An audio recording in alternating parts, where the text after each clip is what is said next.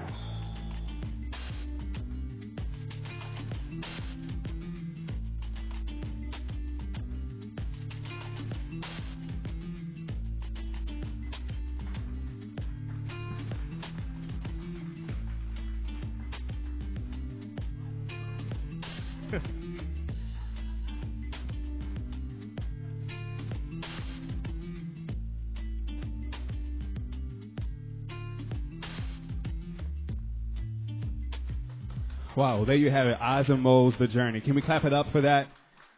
That's amazing. So right now we're going to invite the stars of the film and the director of the film to join us. Please help me in this order, welcoming the star of the film, dear friend Dorian Chrystyan. Yeah, bring. Okay. Good to see you.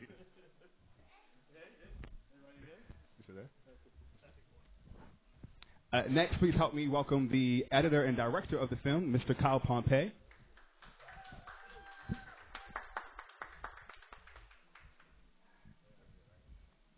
And last but not least, please help me welcome the star of the movie and the writer of the movie, Miss Radiance.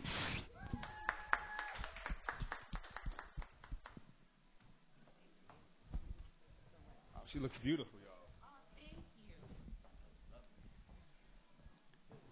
So first, let me just say congratulations on this accomplishment of being able to produce this movie, right? Producing movies is not an easy task for anyone. And so when you're able to do it, you should get some kudos for it, right? So congratulations. Clap it up, clap it up, clap it up. What I also want to say and recognize that we don't have these flowers here just because we wanted to create a beautiful stage for y'all. We want to let you know that today is Radiance's birthday. So happy birthday to Radiance. And those of you who are watching us online at Hotel RL, we are in Baltimore, Maryland, so thank you for tuning in and looking at us. What you just witnessed was Oz and Mo, The Journey, a silent film written by Radiance Pittman, edited and produced by Kyle Pompey, starring Mr. Dorian Chrystyan.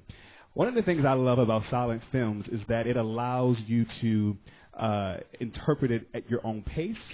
It allows you to look at it and apply any type of application or interpretation that you want to. One of the confusing things about silent films is that there's so many potential applications and or interpretations. So it's almost like a double-edged sword. What I want to ask you as the writer is how did you come up with this idea, one, to do a silent film, and where did the theme of this silent film come from? Okay, so it's so funny that you say that because when I was talking, my sole focus was on love. That's what it's dedicated to, love. The journey that we all go on, you know, in life in searching for love. And I chose for it to be a silent film because I want the audience to be able to interpret it for themselves. It may not be love that Oz was, you know, chasing and Mo was, you know, it could be a job or, you know, your future. But for me, it was love. Yeah. And if you notice in the film, you know, he was on his journey, but all along the way, love was right there, every step of the way.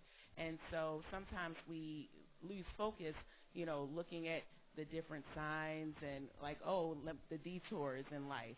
But yeah, love was right there the whole time. What I love about the film is that, you know, it again allows you to open your mind to a certain interpretation and allows you to say, you know what, I'm looking at this and I could pull from this idea, but maybe it's not that, or maybe it is that, right? And what it also does is it allows us, most of the time when we're watching films or we go to the movie theaters, we're actually listening to, you know, the actor. This film makes you sit still, pay attention to the screen, and really figure out, like, emotionally, mentally, spiritually, socially, what is happening on the screen. Was that intentional? Yes. Okay. When Kyle and I talked about the film, I can't remember if he decided, like, we should do a silent film or maybe it was just a cohesive idea. Yeah. But I wanted it to be a silent film because I wanted that to happen. So. Yeah. It was funny because I kind of like, I shot a silent, like a super short silent, and I was telling her about it. And then so we kind of like merged our ideas. Yeah. Thank you, because I forgot about that. Yes.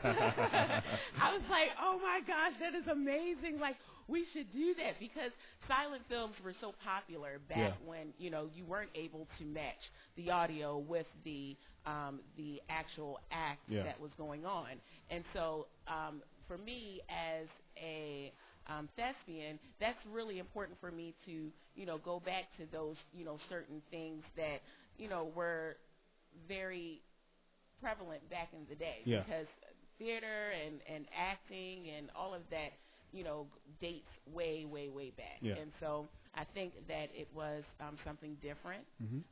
And like you said, it forced you to interpret it the way that you needed to interpret it in your life. Yes. Now, I'm going to assume, Dorian, that this is probably the easiest role that you've had to prepare for because you had how many speaking lines?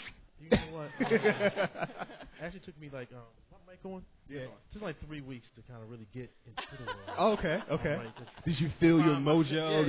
Did you find your motivation? Yeah, I went around to say, you know, watch people just move and it was easy. Honestly, it's probably the easiest one I've had. Like with the direction of Kyle. Yeah. It was easy. It was like it's nothing to it.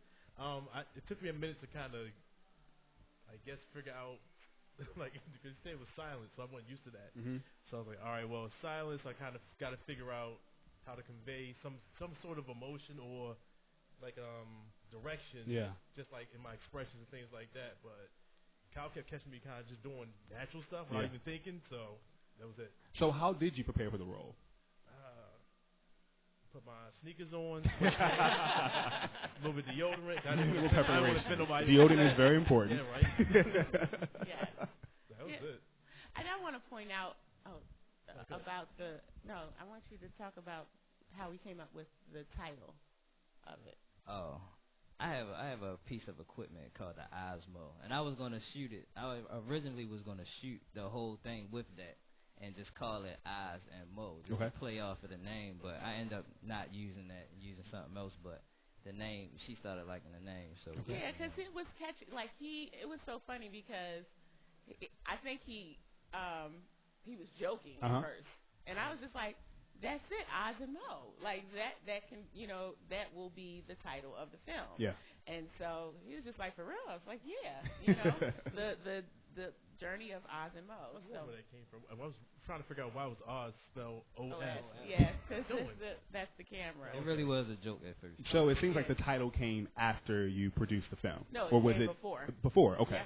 And then you went through the film with the title in mind. Okay.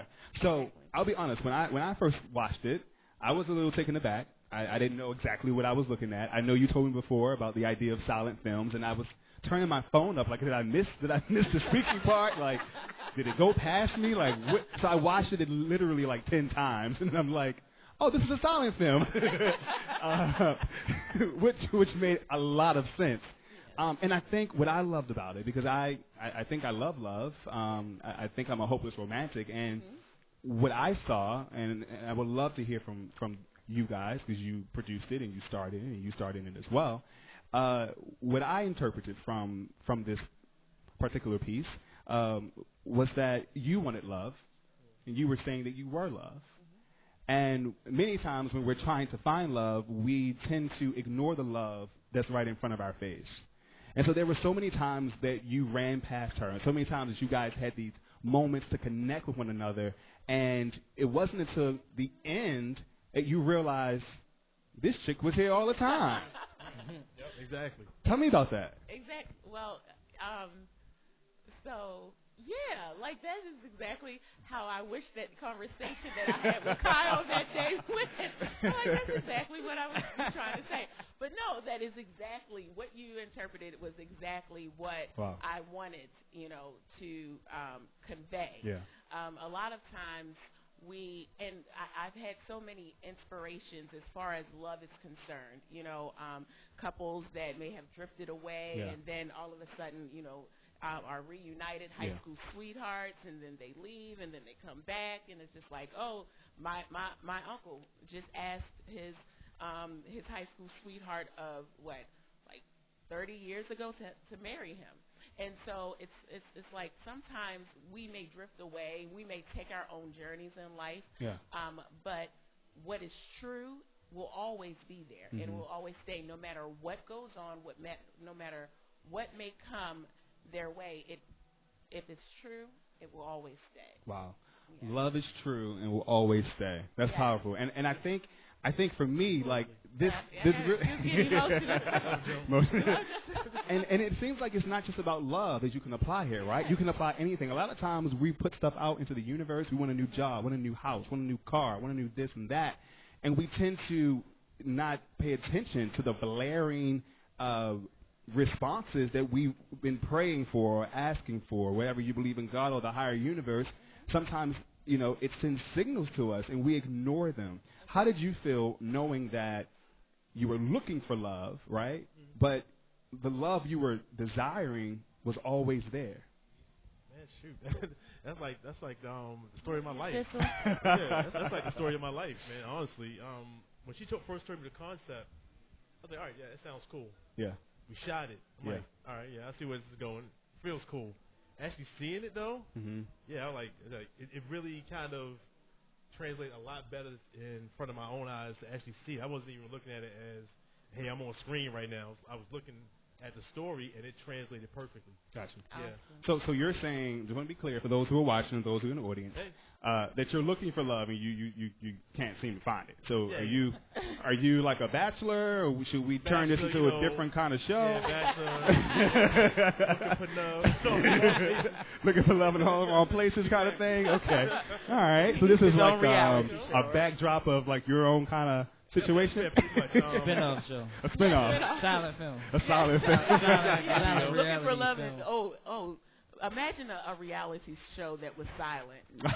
Oh my God! People tune in though. Yeah, they would. I would watch it. It'd be all fighting and mooning people. And exactly. Stuff like just be like, in the confessionals, you like. Because I think the beauty of silent films is that it gives the viewer the opportunity to interpret it in their own way, right? And so while there is always, one true interpretation to anything, there's many ways that you can apply it, right? So when you even look at scriptures, right? I think there's a scripture in the Bible that says, "Come as you are." Churches use that all the time and say, "Oh, you can wear jeans." But that's not what that scripture means. That's how you apply it. That's how you apply it. But if you really do a true interpretation of it, it's talking about come as you are with your heart. You know what I'm saying? I can't wear my wife beater to church. Then, all right. I mean, you're on this tour looking for love. I don't know if you have time to get to church. I want to ask a question, too. This is actually my first time, again, seeing the film in full splendor. I was standing at an angle. It was in black and white at first, right? Yeah. All right, I like that. Yeah. I like that. I like that note. No, I'm sitting there looking. All right, it's black and white, black and white, black and white. And then when I finally meet her, the color comes in. Yeah. Yeah. So, that was perfect. That was a last minute change. Yeah. That was a last minute change. What? Like, I changed that today. Yeah. Yeah. Oh, because I had to, he did. Come on that. I had called because I called him or texted him because I'm only allowed to text. It's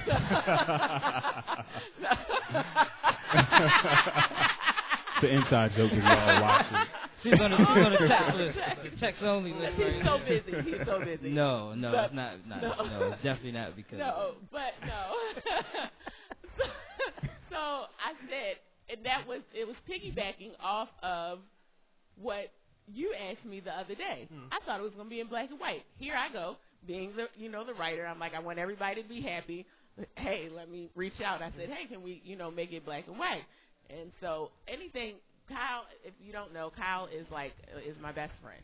And so I get on his nerves, but anything, that I asked about this film, he's just like, I got you. Yeah.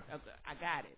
And so when he was doing it, he was just like, you know what? That was a good idea. And I said, well, that last part, let's bring it to color. Yeah. Because sometimes in life, it's, it can, we go through life and we go through different stages in our lives. And we're up. We have our ups and downs. And so to me, black and white is kind of, in that gray area. Mm-hmm. And finally, when he realized that love was there, it was just like, like sunbeams. Yes, it was like, he found his good thing, right? That's right. So as the producer and editor of this film, was it difficult for you to produce a piece, or not difficult, but did you have more pressure to produce a piece that was completely silent? If you're working on a film where folks are talking or dancing or moving, maybe you don't pay much attention to the editing. But I think the editing in this, I'll say for myself, was impeccable, right? So Thank you. Was there more pressure on you to produce and edit at this level since you knew that it was a silent film versus something that actually had speaking parts? No, it was just like shooting anything else. Like I just need a soundtrack. Okay. And as long as I have a soundtrack, she gave me a sound. Like we found this song by Sheer Luck, I believe. No, that's Indie Ivory. You said by Sheer Luck? Yeah, her name is Indie. No. By Sheer Luck, meaning. Sheer Luck. We were just. New album by Sheer Luck coming out next week. I was like, her name wasn't Sheer Luck. Fulfill Records. Right. Yes, it was so many songs going through my head. We were just sitting there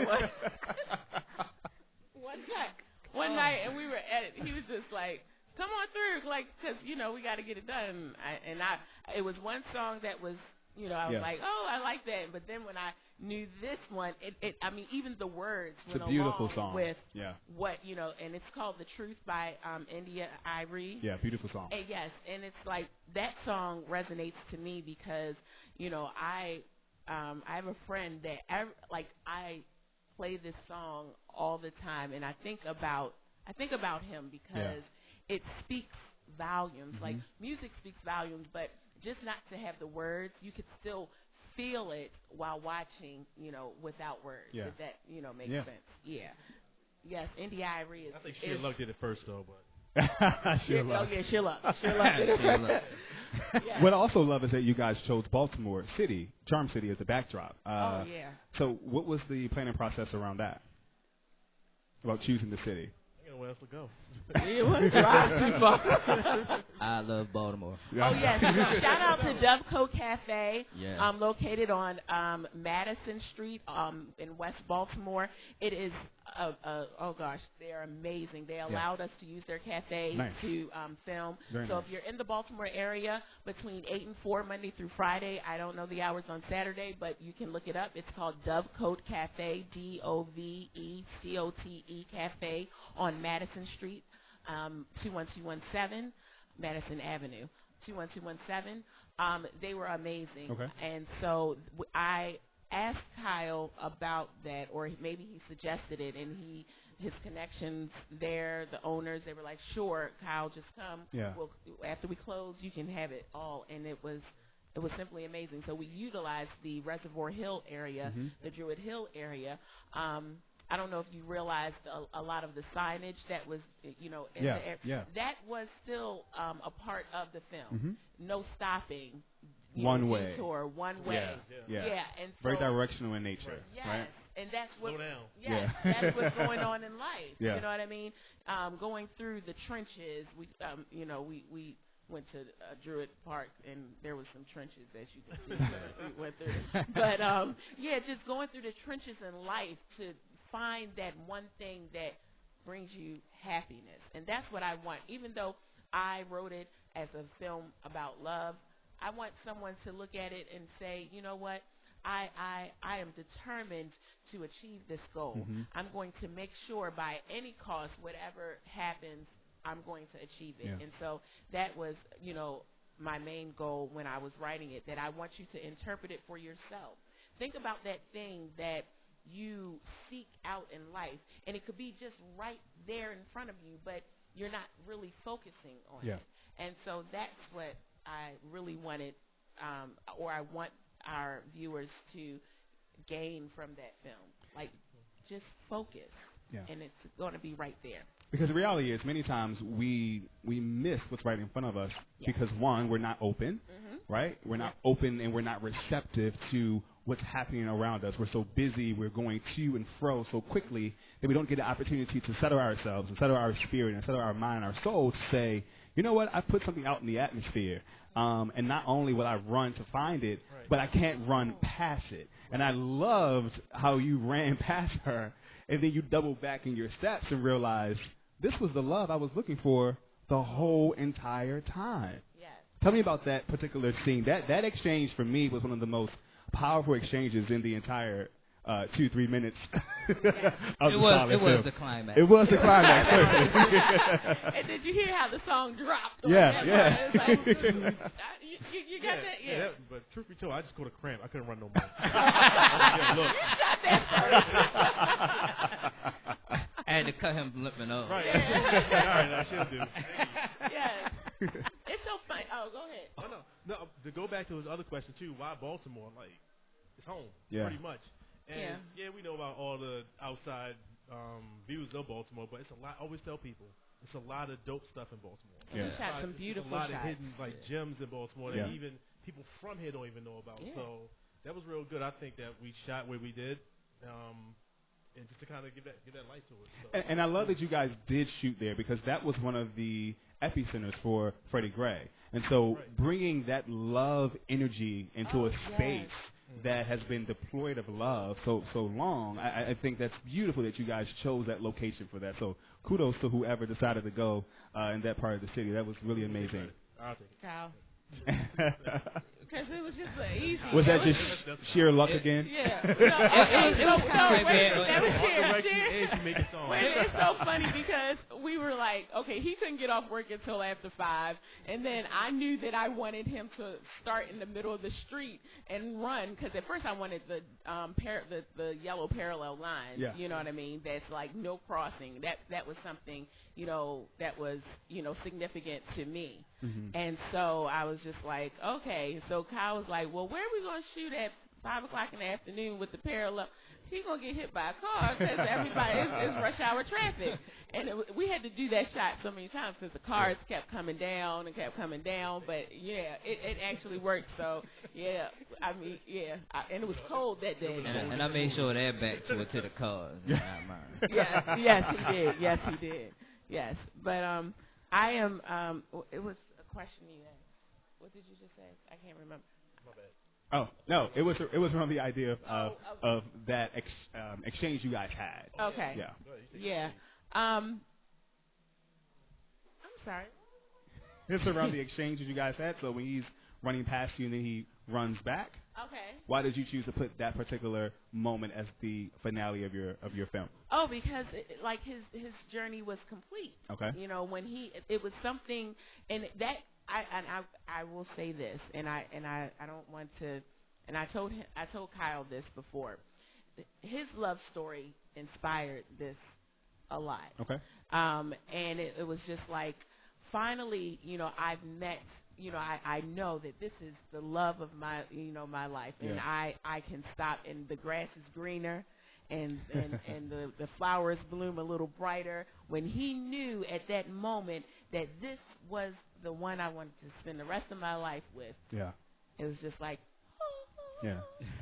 And that inspired me. It's that aha moment, right? Yeah, it was that aha moment. Yeah. You know what I mean? Like every time I look at that ending, and it resonates from what I wrote, I think about when he chose his wife to be. You know what I mean? Yeah. And it inspired me because, like you, a lot of us, I love love. Mm-hmm. And I feel like that love is it's so powerful. Yeah. And if we all knew how to utilize love and how to express it in the way that it's supposed to be expressed, the world would be so much better. Yeah.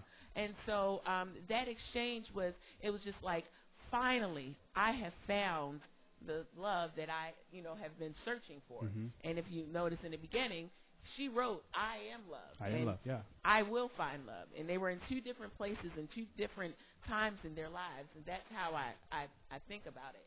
And finally, he found her. And I think what's also pretty amazing about the character that you played, and you as well, is that your character was committed to being wherever you were. Yes. Right? And so if you're going to be in a relationship with anybody, whether it be a friendship or a romantic relationship, you have to be committed to going through the trenches, to hiding in a bush or the woods, to that was a little creepy, hiding in a coffee shop. He was just dead. I wasn't hiding. It was just like I was picking flowers in the meadows. No, you were not. You were like this. Listen, I was not. Every time he kept saying, he was like, "You're a stalker." No, it's just like the personification of that. I'm always here, and the part that took out the film we didn't see. It's like after I ran through the woods, I stepped off to the side, made a phone call to the police. Like she's gonna be at this cafe. I know she's gonna to get a restraining order. Yes. Right? But I mean, what is so true about love is that love has no boundaries, love has no barriers, love has no height, love has no depth. It just is. Yes. And when you love someone, you will literally go to the ends of the world, whatever that world might be for you and for them, to show that love. And I think that for me was clear in this on-camera chemistry, on the parts of the parts that you played. It was just clear that your love extended beyond what I think he even knew he was looking for. And do you see all of this that this man is gaining from these 3 minutes and 23 seconds? He's an amazing host. Yes. Give it up for Kevin Lee. Please. Give it up for Kevin Lee. Yes. Look at that smile. Yes. What film did you watch? Making us look real good up here. I'm sitting here like, whoa. you're saying is what I felt when I came. I will say this. If anybody knows the type of art that I do, it's always something, like to raise awareness of, certain things. And Kyle and I had a conversation which he feels as though may have, I think he felt like in the moment that it offended me, but it really didn't. What he was trying to do was, push the envelope. We know Radiance knows this, and we know Radiance is talented in this, but you have a story. And not saying that you have to stop what you're doing as far as your awareness is concerned, but there's something else about you that needs to be brought out. Yeah. And until that conversation, I've written 3 books. I have over 500 short stories, but I've always been scared to put it out there because I'm like, I don't want anybody to, judge me or know my heart. But it was until that conversation, and I was pissed. You hear me? I was. But I was like, oh, okay, Kyle. All right. You're my best friend. I understand what you're saying. Got off the phone like, this is what I want to do in life, and he doesn't even believe in it, and he doesn't. But it really made me think and made me, say, what else about you, Radiance, brings you joy, makes you, want to, do something else. And I was just like, I love love. Yeah. And, he always thinks I'm so funny, but I'm like, I can never write a comedy sketch, nothing. But I do know about love, and I love love. And so let me do what I know. And I kept telling him, like, I got something. And finally he picked up the phone and was like, what is it? Yeah. He said, you didn't explain it right, but I think I got it. I like it. We can do it. I was like, really? Yay. Yeah. Finally, yes.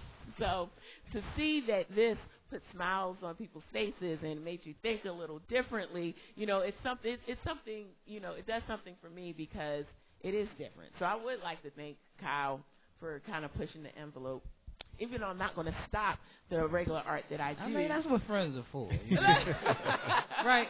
You got to be honest with me. Even his fiance was like, well, baby mama, listen, I love what you do. You do a good job, but maybe you could do something different. They're in cahoots. Doesn't love me either. Well, I think it's the power of evolution, right? Yes, if we continue through life being the same person that we were or are, we won't evolve. Exactly. Right? I mean, we can't walk around being a 1-month-old baby. Yes, exactly. We have to grow. We have to change. We have to experience life. We have to evolve. We have to allow life to grow us up. And we cannot be afraid to see what we've been asking for come to pass. And it's so funny that you say that when you say about evolving, because that is so true in life. Like, we have to evolve. The person that you were maybe 4 weeks ago, 6 months ago, 2 years ago, you don't want to be that same person. Correct.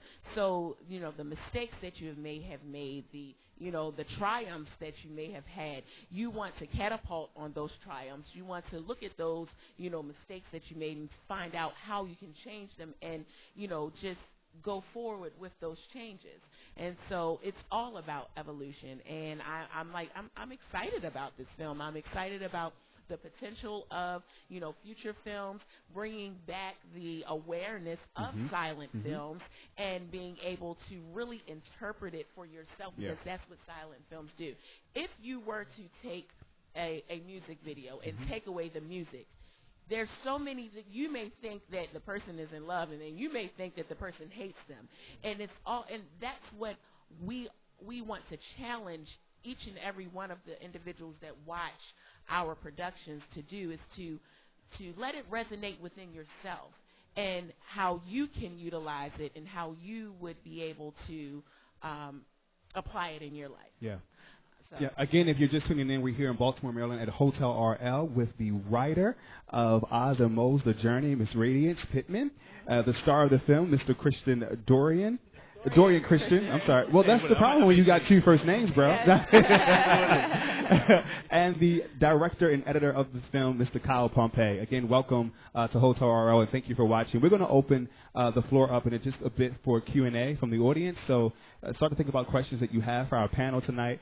But I want to talk with you and let you guys know Radiance is no stranger to this film world, to the art world. As you said earlier, just a few seconds ago. She is has a one-woman show. That's actually how I first had the opportunity to have this exchange with you. The first No. That definitely wasn't the first one. But are you talking about the one at Nice Shot Studio? Yes, the one at Nice Shot Studio, located in Baltimore, Maryland, on East 25th Street. If you're if you're ever in need of photography or video work. Very good. But so hopefully she'll channel some energy tonight and give us a mini performance. That would be beautiful. Put you on the spot. That would be awesome. A birthday performance. A birthday performance, yeah. But tell us, Radiance, how is it that you're a multifaceted woman. You write, you act, you do poetry. I think you sing a little bit. You do some other stuff. Where did you get that energy, that inspiration? Where does all that come from? I don't know. So, I mean, as far as the love for the art, it really did start at an early age. Mm-hmm. Like, I was probably like 5 years old, and I was, winning state competitions for like dramatic reading contests. And I always remember my first poem.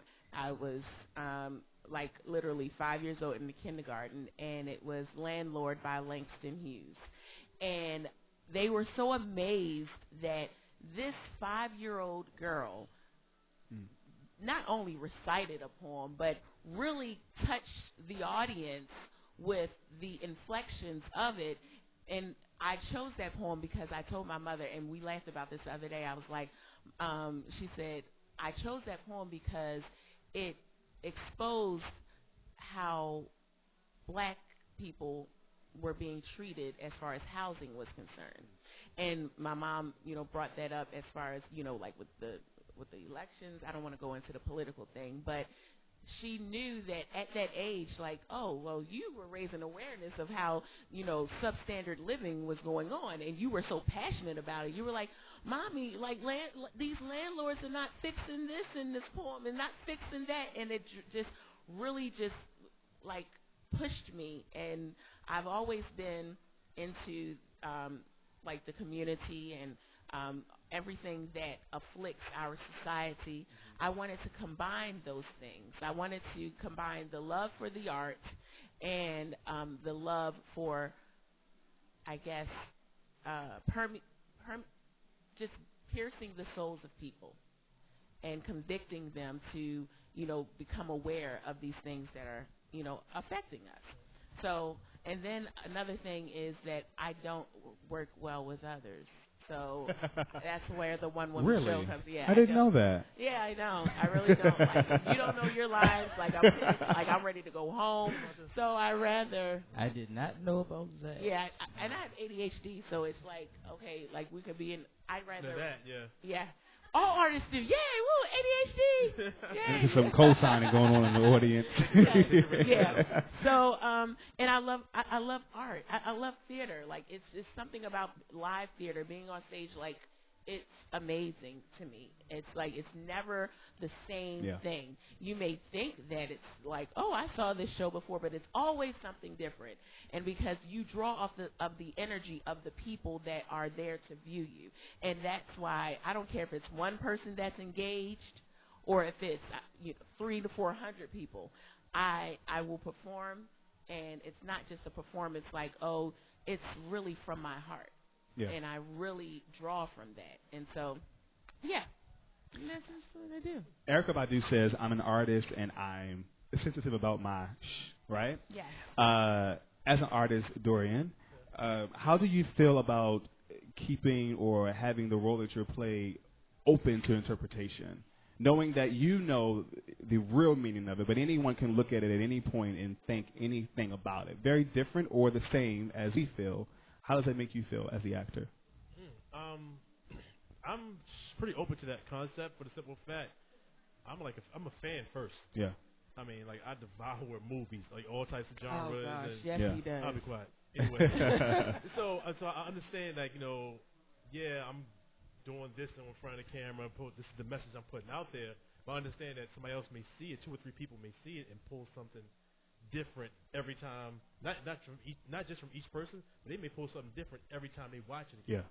So I understand that comes with the territory. And even when I'm working with somebody, a director or another actor, I may have something in mind, and it may see something totally different. So, no, do it like this. Mm-hmm. All right, cool. Bet. Yeah. So I really don't know what I'm doing. Yeah. So I'm open to like all types of critiques and directions till we get to where we need to be for that story. So, yeah.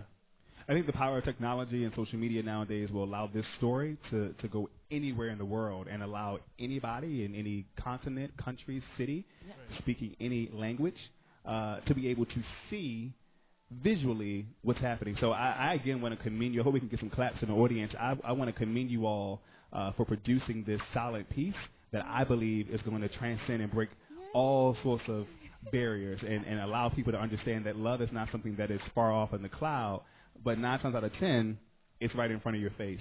Again, if you're watching us, we're at Hotel RL in Baltimore, Maryland, with the writer, producer, and star of a new silent film called Oz and Mo's The Journey. I'd like to open the room up now for some questions and answers from our audience. If they're here, folks have any questions, you can just pop up and stand up and speak loud and proud.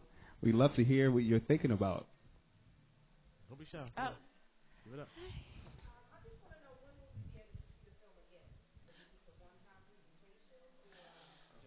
So the question is, when will we be able to see the film again? Is it a one-time presentation, or can we watch it again? Because we got some new visitors. Let's play it again for them. But you all have been privy to it, and Kyle and I are looking to, I guess, expand it and enter it into some film festivals. We can't put it on social media, but we can. It's not supposed to, most of the rules say you can't put it on social media because it's already out there. But we can have a private screening to get the feedback from you guys, which we are doing, feedback. And so, if you would like, we can play it again for you after anybody else asks any questions. We can wrap it. We'll wrap it and play it. Yeah. We'll see it again, too. Anybody else with any questions? Oh, go ahead. Yeah. All right.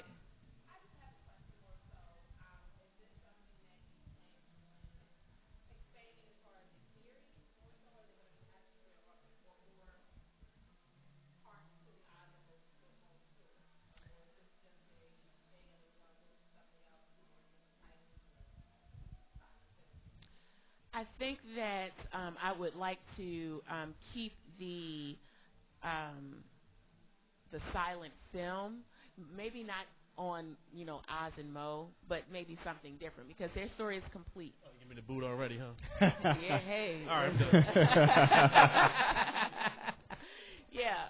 but just a series of silent movies, just to kind of like get that back out there.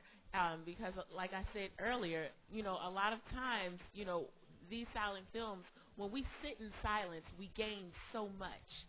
And that is what my goal is with this, with the series of silent films, is for us to be able to allow those films and their stories to resonate in our lives and, do like that. Yeah. So, as long as Kyle is willing, and we might have a role for Dorian here. We never know.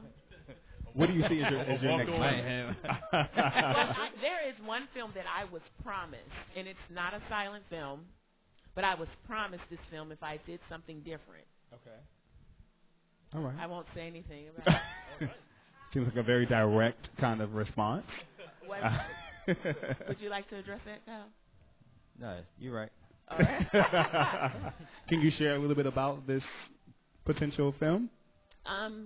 Basically, it's so it's a short film, but it's along the lines of me raising awareness of mental illness and suicide, and so it's kind of it's about mental illness and suicide. Yeah. Okay. So, nice. Yeah. I want in. I sent you that script. Okay, just making sure. Oh, okay. I was about to say, I sent that script to you. Solidifying his spot. Yes. So. Any other questions from the audience? Oh.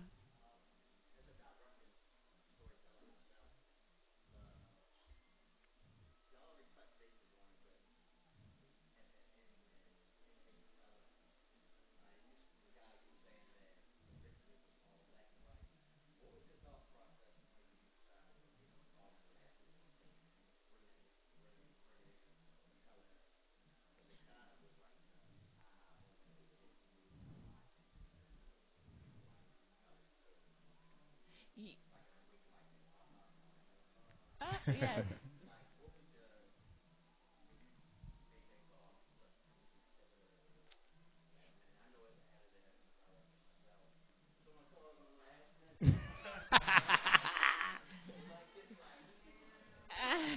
And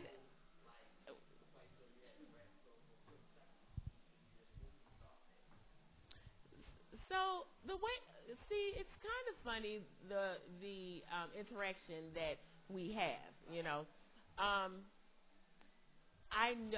know. I told him. Did I text you? I think I texted him. It was just like, or maybe we was on FaceTime. I was like, can it be in black and white? And so then he was just like, I mean, let's see. He was already working on it anyway, you know, putting his last finishing touches. It was already up there, you know, so it wasn't that hard. Now maybe something else that wasn't up there and he got to dig in, you know, in the trenches to get, he might have had one of those little, yeah. But this time it was up because, you know, I guess he was preparing for tonight. But I said, how would it look in black and white? And so when he did it in black and white, he was just like, you know what, I actually love it. I was like, yes. I said, well, how would it look if we did the last part in color? Like we gradually brought it to color.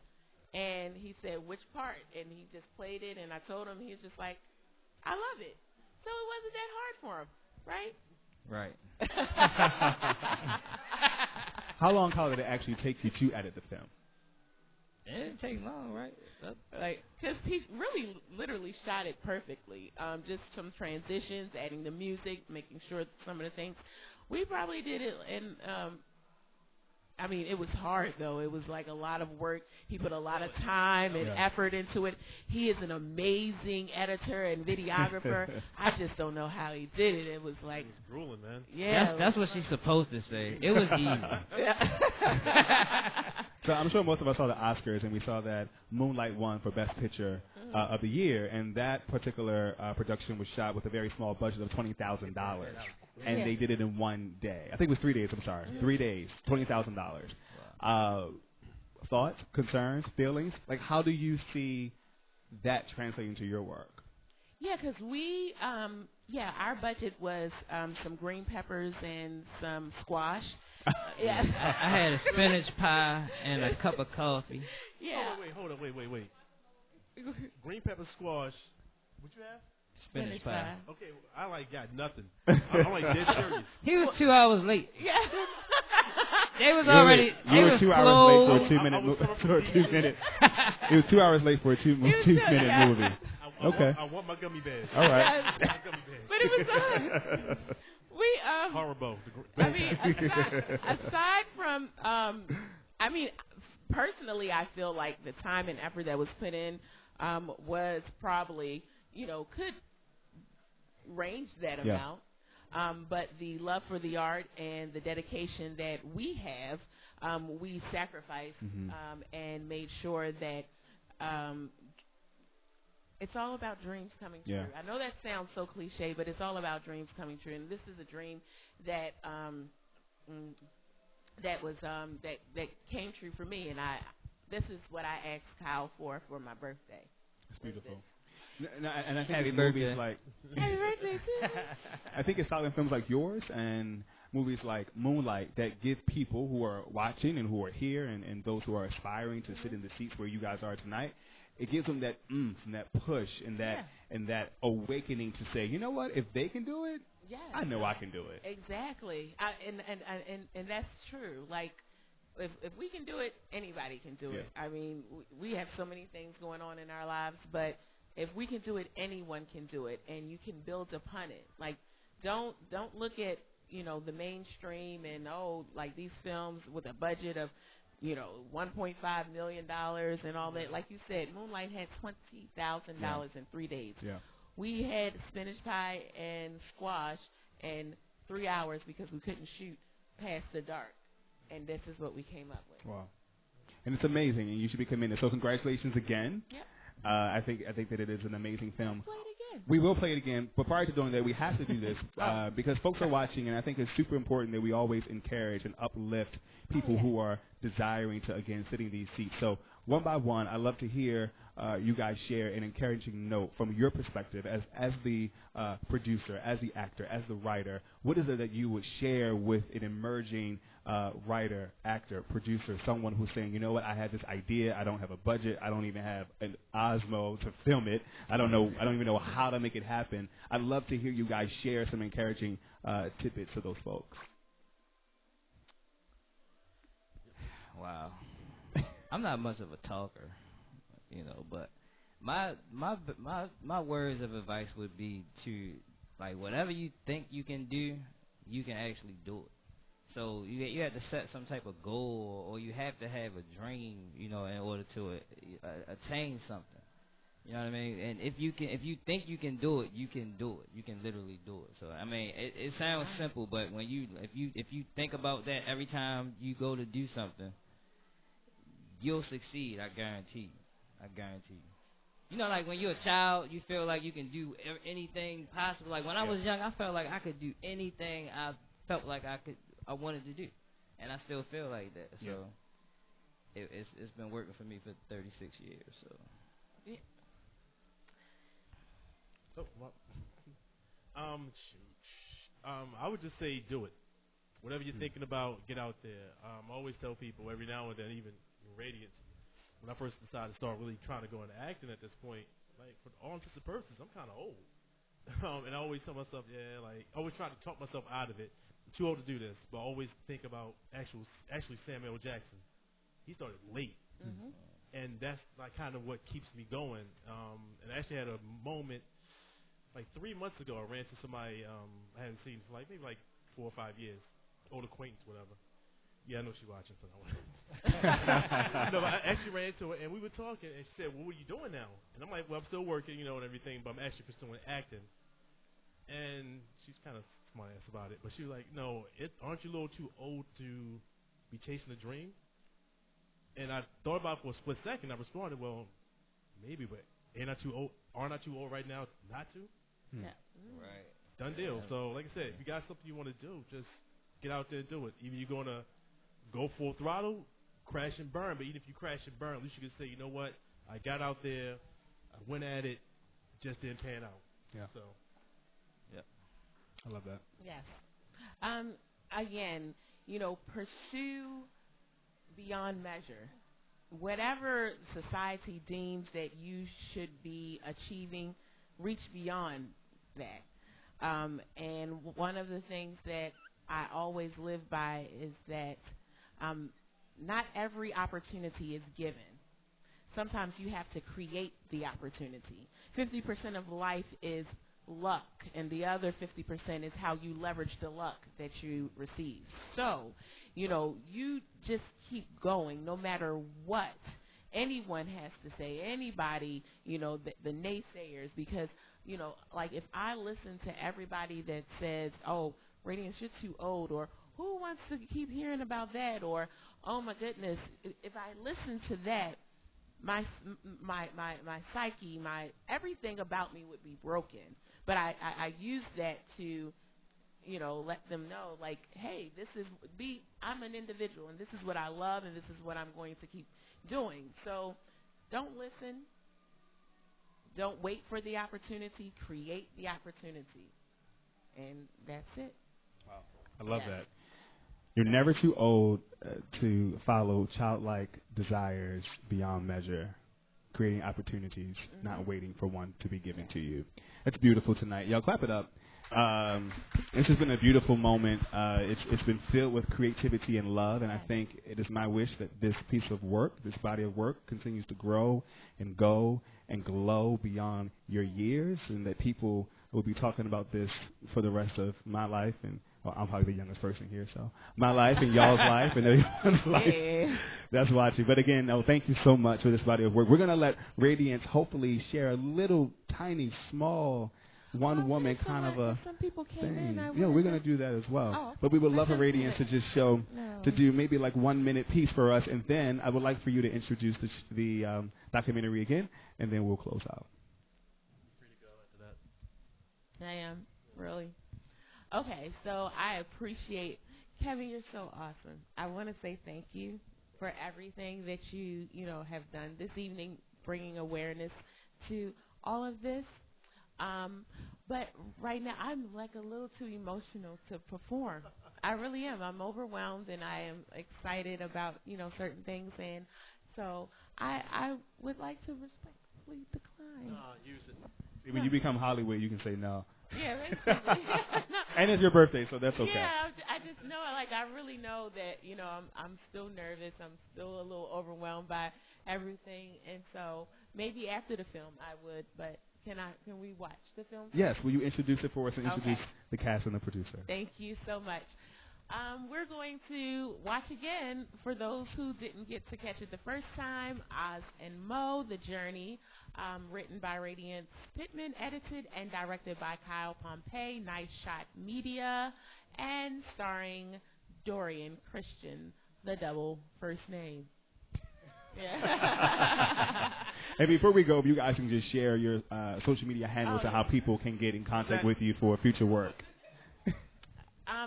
I am Radiance Performs on Instagram. I also am Radiance on Facebook, and that's RADIENCE, and Radiance Performs on YouTube and on Twitter. Totally missed that. I was thinking. All right, Dorian Chrystyan on Instagram and Dorian Chrystyan on Facebook. Nice Shot Kyle on everything, and Nice Shot Media on Instagram. Yeah. Great. And again, I'm Kevin Lee. You can find me at kevinlee.net or on Twitter at @IamKevinLee or Instagram at @IamKevinLee also. Again, thank you for tuning in to Hotel RL Baltimore at the Inner Harbor tonight with my special guests, Radiance, Dorian, and Kyle Pompey, as they showcase their amazing short film, a silent film, Oz and Mo's The Journey. Stay tuned. We're going to show it to you right now.